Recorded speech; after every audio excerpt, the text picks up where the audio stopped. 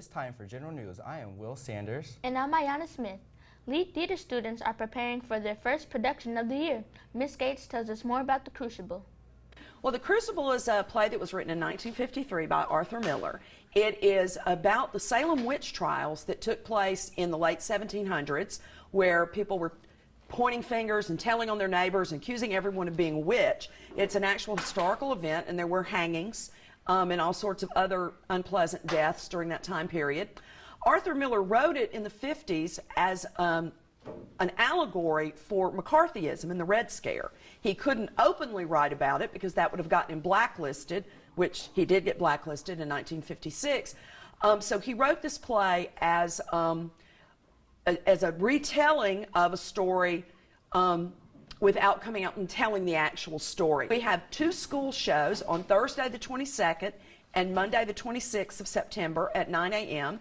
And then our public shows are Friday, September 23rd and Saturday, September 24th at 7 p.m. and then Sunday, September 25th at 2:30 p.m. And those are in the Main Stage Theater here at Lee. Lee Theater Tech students are also getting ready for The Crucible. Bud Albright shows us the changes that had to be made to the stage for the show. The Theater Tech Magnet students have been working on a stage for the play Crucible. The Lee stage is too large for the play, so the Theater Tech students went to work and they built a smaller stage at the front that extends closer to the audience. Mr. Comer designed the stage, but the students are the ones who got their hands dirty. I've maybe put in 7 or 8 screws, if that. The kids built all the stud walls, they built all the platforms, and the kids did great. And so they had to do the math, they had to do all the configurations, and then they built everything and they put it in place and painted it. Bud Albright, General News. Last month, some Lee vocal students got to work with 2 professional recording artists. Alexa Huerta has the story. 4 students from the Lee High School Vocal Magnet participated in the Twickenham Fest Vocal Masterclass. The students performed works from Mozart in the Lee High Black Box Theater. I remember when I was a student going to master classes and learning so much from people who actually were out there doing it.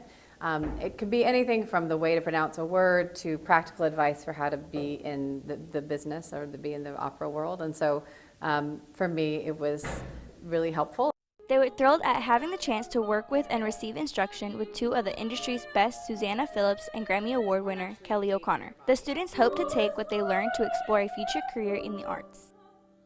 It was great that we even had the opportunity to have someone this high caliber come to teach us and help us grow in hopefully our career that we want to go into. This is Alexa Huerta with General News. Lee High School's volleyball team is off to a good start this season. Destiny Lewis caught up with the team.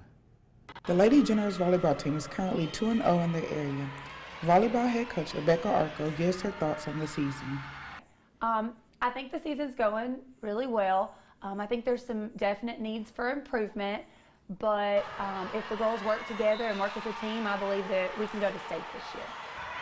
Senior player Kayla Bedilla Smith believes this season has been better than her last 2 with the team. For the past 3 years I have been playing, yes, the season has been great because our team is as one and it's high spirit.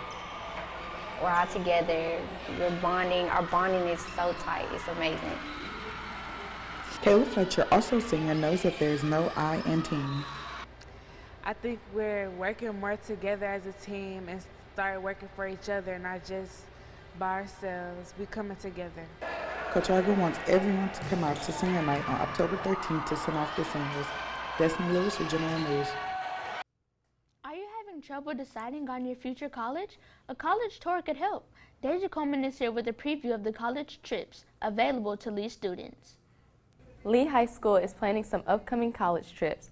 Multiple colleges are chosen to visit, and during them, many students get the chance to tour what might just be their future university. Mr. Holder, one of the teachers in charge of the trips, has more information about the upcoming college tours.